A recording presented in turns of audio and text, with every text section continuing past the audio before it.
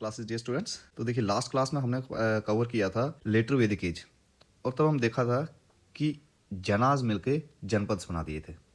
और अब हम देख रहे हैं कि 600 बीसी के बाद जनाज से जो जनपद बने थे, अब बहुत सारे जनपद मिलकर महाजनपद बना रहे हैं। और ये जो पीरियड था 600 बीसी से 325 बीसी तक का, इसे कहा जाता है महाजनपद पीरियड्स।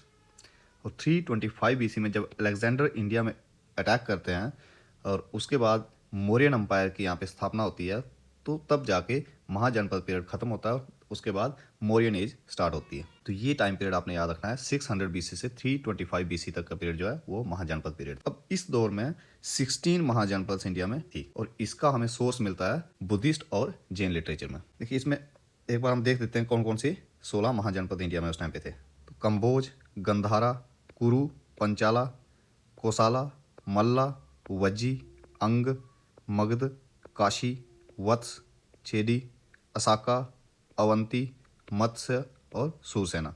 ये 16 महाजनपद उस टाइम पे इंडिया में एग्जिस्ट कर रहे थे। और ये आपको मैप में इनकी प्रॉपर लोकेशन सबकी याद करनी है। ये मैप आपको पूरा ऐसे टिप्स पे याद होना चाहिए कि कौन सी महाजनपद किस एरिया में थी, क्योंकि आगे हम देखेंगे ये महाजनपद एक दूसरे पे अटैक करके इनका आपस में वार चलती रहती है, और एट द एंड मगध जो है सबसे ज़्यादा स्ट्रांग महाजनपद उभर कर सामने आती है। अब देखिए ये जो महाजनपद थी, यहाँ पे दो टाइप की गवर्नमेंट थी। एक तो थी मोनार्की और रिपब्लिकन। अब क्वेश्चन अराइज होगा कि मोनार्की क्या है और रिपब्लिकन क्या है।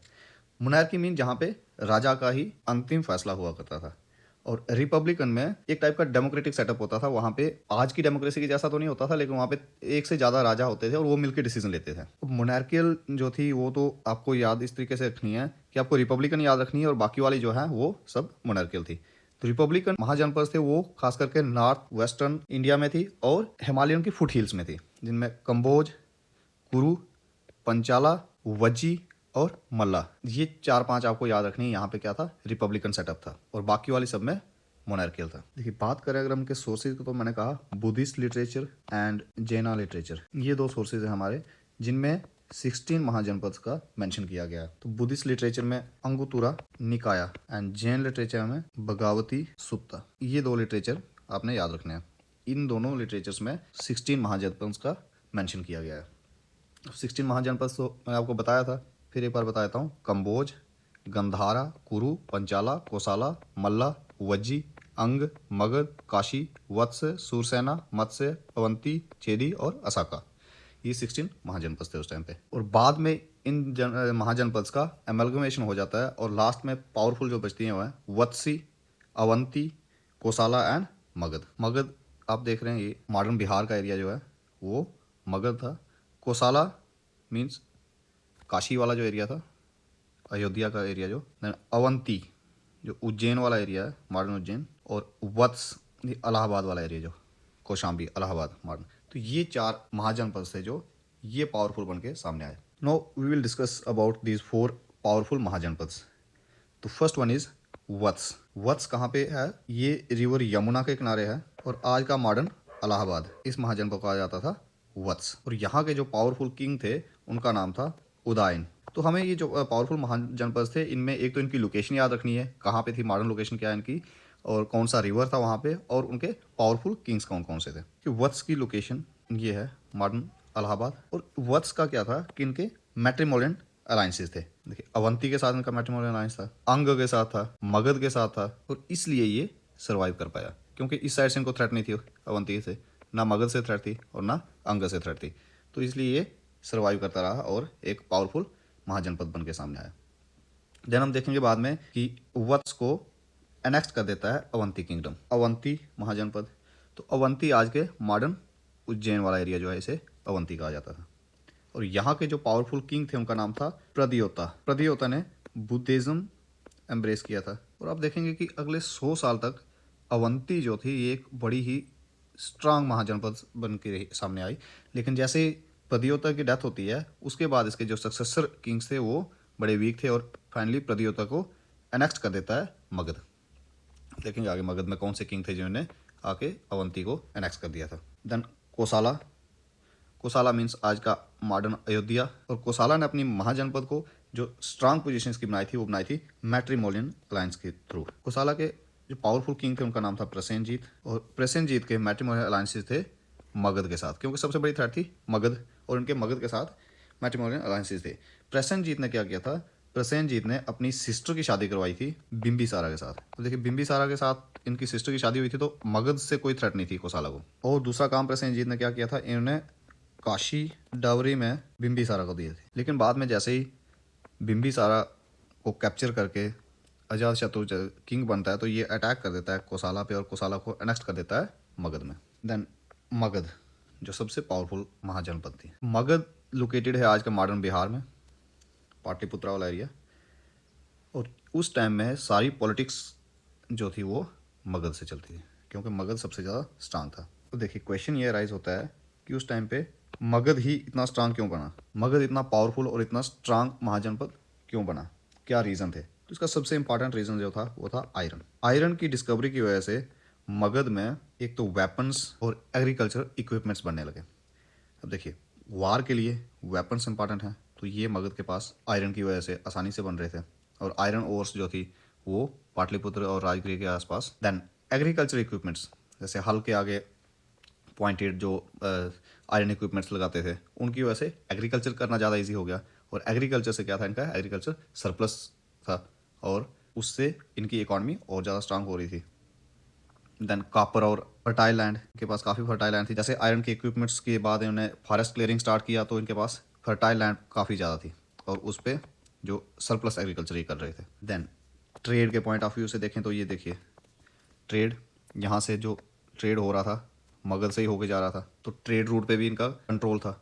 देन अंग जो इस साइड पे जो सबसे ईस्टर्न मोस्ट महाजनपद था, इसको भी कैप्चर कर दिया था इन्होंने, और इस साइड से इनकी कोई थ्रेट नहीं थी। देन मैट्रिमोनियल अलायंसेस, मगध ने कोसाला, वज्जी, काशी तो इनके पास डाउरी में मिल गया हुआ था, अंग को इन्होंने कैप्चर कर दिया था। तो इनके मैट्रिमोनियल अलायंसेस की वजह से इनको साइड से जो उस टाइम की जो पावरफुल महाजनपद थी उनसे कोई थ्रेट नहीं थी। अवंती के साथ बिंबिसारा के अच्छे फ्रेंडली रिलेशंस थे, क्योंकि इन्होंने एक बार अवंती के किंग की हेल्प की थी, क्योंकि उनको जॉन्डिस था, और उनकी पूरी महाजनपद में कोई भी इंसान उनकी जॉन्डिस का इलाज नहीं कर पा रहा था, तो इन्हें अपने कोर्ट से भेजा था अपने फिजिशियन को इनके जॉन्डिस का ट्रीट करने के लिए। तो उस वजह से इनके साथ इनके फ्रेंडली रिलेशंस थे।